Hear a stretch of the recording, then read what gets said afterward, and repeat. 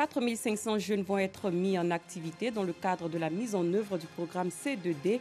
Il vise à renforcer l'employabilité de la jeunesse ivoirienne. Invité par le roi du Maroc Mohamed VI, le pape François a entamé aujourd'hui une courte visite de 2 jours dans ce pays du Maghreb, l'occasion d'aborder 2 priorités de son pontificat, le dialogue avec l'islam et la question des migrations. Bonsoir, bienvenue dans le 19h. Nous démarrons avec le Rotaract de Plateau qui fête ses 30 années d'existence. Une célébration s'est tenue dans la commune de Marcory.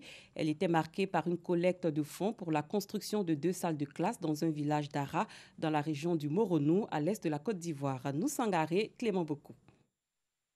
Le Rotaract Club Abidjan de Plateau a 30 ans. 30 années d'existence dans la formation du leadership des jeunes, mais surtout 30 années d'action sociale au profit des défavorisés. Ce trentenaire du club service est marqué par un gala de bienfaisance. Son but, recueillir des fonds pour la construction de 2 salles de classe dans le village de Yafo à Bongwa, dans le département d'Ara. Plusieurs activités au menu, notamment des jeux de tombola et de vente d'œuvres d'art. Le choix de Yafo à Bongwa, c'est parti d'un constat. Un soir, un ami partait en vacances et il a constaté que les élèves de là marchaient pour partir. Il était presque midi. Donc il s'est renseigné pourquoi à midi ils marchent sur une telle distance. Et lui, il a pensé à faire une action concernant la cantine. Et arrivé à l'école, il a constaté que la cantine était le moindre mal.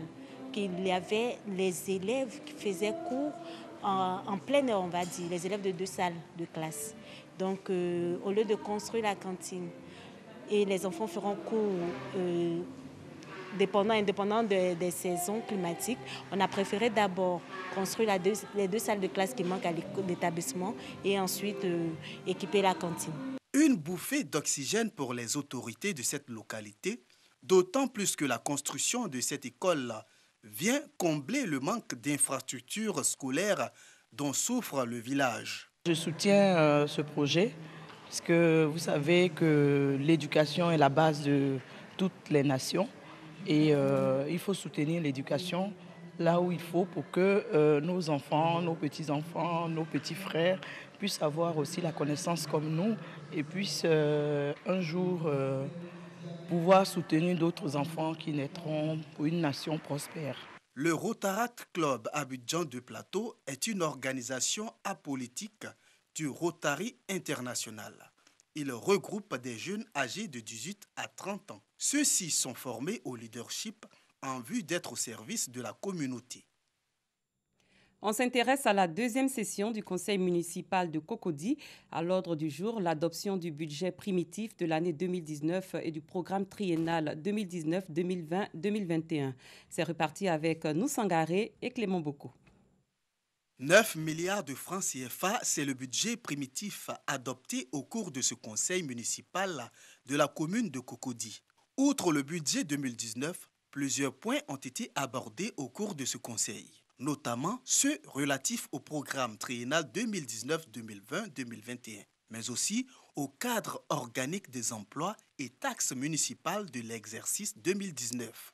Des points adoptés par le Conseil qui a ainsi donné quitus au maire pour entamer son vaste chantier de développement et de modernisation de la commune de Cocody. J'ai promis des choses aux populations, donc il y a des priorités, la sécurité, la salubrité, l'environnement, la santé, et nous allons le faire maintenant très rapidement. Cette 2e session du conseil municipal de Cocody a vu la forte mobilisation des opérateurs économiques et chefs coutumiers de la commune, mais également la présence du préfet d'Abidjan. Le règlement donne mission au préfet d'accompagner les conseils municipaux, d'anticiper les conflits et de veiller à la cohésion au sein du conseil. Et donc notre travail, c'est un travail de développement et de suivi. Sur les 50 conseillers municipaux que compte la commune, 45 ont tenu leur siège contre un absent pour 4 procurations. Après la commune de Cocody, direction la commune d'Abobo pour parler d'une actualité culturelle. Les autorités municipales ont mis sur pied un projet d'animation culturelle.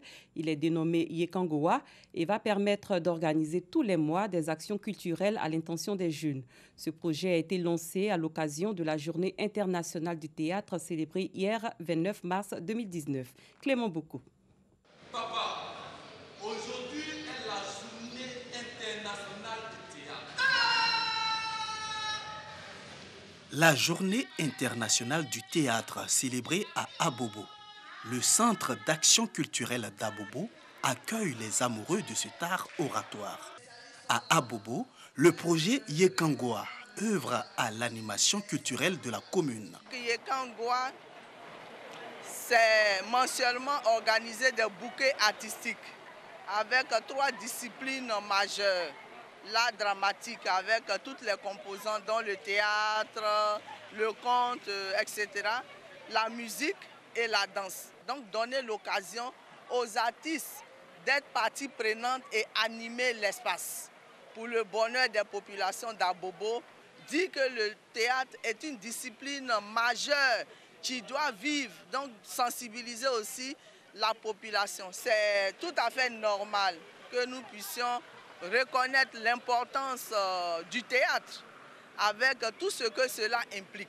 Pour cette journée internationale du théâtre, les autorités administratives ont apporté leur soutien aux jeunes d'Abobo. Le théâtre est en train de renaître, en dépit de tout ce qu'on peut croire, puisque la Côte d'Ivoire continue de former des hommes de théâtre dans toutes les disciplines, dans tous les métiers du théâtre.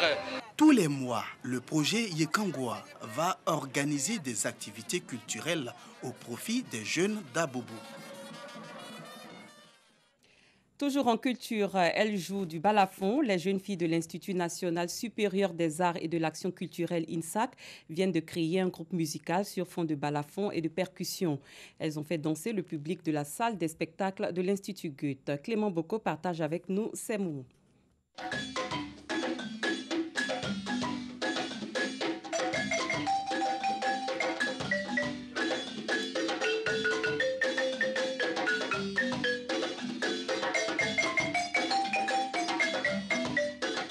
Premier gaou de Magic System interprété avec du balafon et de la percussion.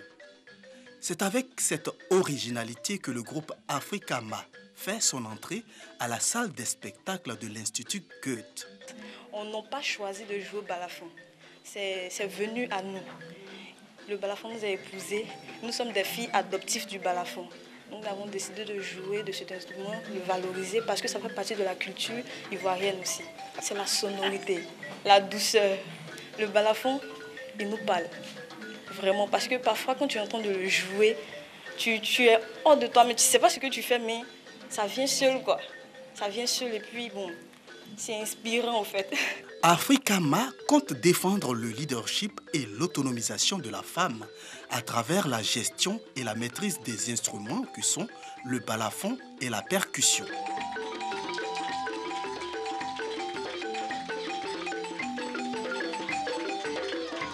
On ne va pas rejeter son aspect sacré, mais aujourd'hui, on veut le valoriser. Valoriser aussi la femme, montrer aussi la capacité qu'a la femme de pouvoir pratiquer d'un instrument. C'est vrai, on voit des femmes jouer des instruments classiques qui ne sont pas nos propres instruments à nous. Mais le balafon, c'est rare. Africama, c'est Ama, Carmel, Marcel et Larissa. 4 jeunes filles qui font danser le public avec leur sonorité.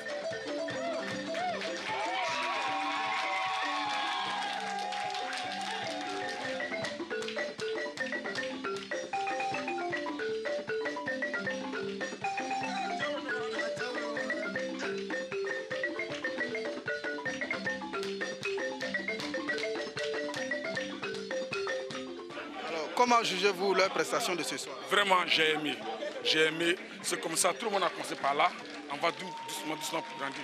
Grandir et parcourir le monde avec le balafon. C'est ça l'ambition de Africama.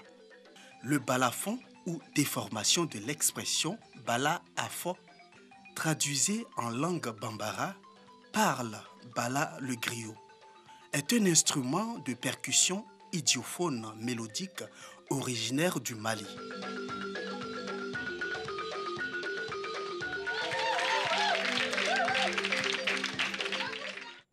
Prévu ce samedi 30 mars 2019 au Palais de la Culture de Bamako, au Mali, le Bonjour Tour 2019 n'a pu se tenir. Il a été reporté au lundi 1er avril prochain en raison du deuil national de 3 jours décrété par le gouvernement malien. Du côté des organisateurs, tout est fin prêt pour accueillir l'événement. Les populations saluent pour leur part cette initiative de la RTI. Pagasoro Kone est notre envoyé spécial à Bamako. Bamako, capitale du Mali. Dans la cour du Palais de la Culture, Amadou Ampateba, agent et responsable de l'Office des radios et télévisions du Mali, technicien du Palais de la Culture et d'une agence d'événementiel, mais aussi équipe de production de Bonjour, émission humoristique de la RTI en plein échange. Échange qui porte sur l'organisation pratique de Bonjour à Bamako. Le riz est thérapeutique et ça permettra à tous ceux qui sont à Bamako de vivre d'intenses moments de joie, de plaisir, surtout de convivialité. Après les discussions, une visite de la salle Bazoumana Sissoko qui doit servir de cadre pour ce grand rendez-vous du rire s'avère nécessaire.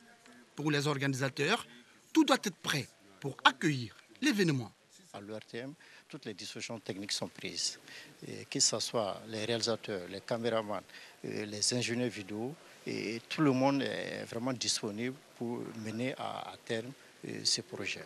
Tout comme les agents et responsables de la radio et de la télévision malienne, les populations de Bamako se réjouissent, elles aussi, de la présence de Bonjour dans leur pays. Le Mali traverse un moment difficile en ce moment.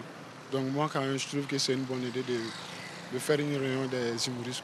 J'aimerais vraiment que les Maliens sortent pour venir suivre ces humoristes au Palais de la Culture parce que c'est très très important vraiment. Après Abidjan et les villes de l'intérieur de la Côte d'Ivoire, l'équipe de production et les humoristes entament ainsi, dans le cadre de Bonjour Tour 2019, l'étape de la sous-région. Ailleurs, le pape François est arrivé aujourd'hui au Maroc pour une courte visite à l'invitation du roi Mohamed VI, une rencontre placée sous le sceau du dialogue interreligieux. La migration est également un des principaux thèmes de la visite. Doigt de laser. Près de 25 000 personnes étaient présentes sur la grande esplanade de Rabat pour accueillir le pape François ce samedi. Le souverain pontife entame une courte visite au Maroc centrée sur le dialogue avec l'islam et la problématique des migrations, deux priorités de son pontificat.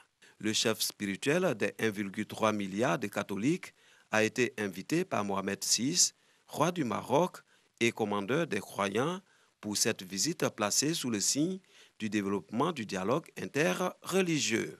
Le chef de l'Église catholique, le premier à se rendre au Maroc depuis Jean-Paul II en août 1985, a appuyé l'action de Mohamed VI en faveur d'une forme modérée de l'islam qui favorise le dialogue entre les confessions et rejette toute forme de terrorisme ou de violence prétendument commise au nom de Dieu. Dans un texte commun diffusé plus tard dans la journée, le pape et le roi ont également appelé à préserver Jérusalem comme patrimoine commun des trois religions monothéistes. Après un tête-à-tête avec Mohamed VI au Palais Royal, le pape se rendra à l'Institut de formation des imams qui accueille des Marocains et des étrangers d'une dizaine de pays, dont la France. Ils sont 1300 étudiants, hommes et femmes, à suivre des cursus dans cet établissement, fer de lance de l'islam modéré, prôné par le roi. Dimanche, le pape terminera sa visite par la plus grande messe catholique jamais célébrée au Maroc, avec quelques 10 000 personnes attendues dans un complexe sportif. Ils sont des milliers à converger jusqu'au long de la barrière séparant Gaza de l'État hébreu Au total, 40 000 protestataires selon l'armée israélienne. Ce samedi a été déclaré jour de grève dans la bande de Gaza et les écoles ont été fermées pour que tout le monde puisse se joindre à cette manifestation marquant le premier anniversaire du mouvement de protestation appelé Grande Marche du Retour. Un an après, les revendications sont toujours les mêmes, mais la situation s'est encore détériorée. Les Gazaouis marquent ce samedi le premier anniversaire de la Grande Marche du Retour et de la levée du siège. Le contexte est particulièrement tendu, aussi bien à l'intérieur de la bande de Gaza où le Hamas a réprimé dans la violence un mouvement de contestation sociale il y a 10 jours que vis-à-vis d'Israël qui a essuyé des tirs de roquettes et bombardé violemment en retour l'enclave palestinienne. La Slovaquie vote pour le deuxième tour de l'élection présidentielle ce samedi 30 mars, un scrutin qui oppose une avocate spécialiste du droit à l'environnement à un commissaire européen, Zuzana Kaputova, qui pourrait devenir la première présidente de la Slovaquie, a terminé en tête du premier tour le 16 mars avec plus de 40% des voix contre 18,66% pour son rival Maroš Šefčovič. Et sachez que 130 jeunes des communes de Yopougon et de Songon ont reçu hier des équipements de travail. Cette action s'inscrit dans le cadre de la mise en œuvre du programme CE2D. Il vise à renforcer l'employabilité de la jeunesse ivoirienne. Le programme concerne plus de 4500 jeunes qui seront mis en activité pendant une période de 6 mois sur l'ensemble du territoire.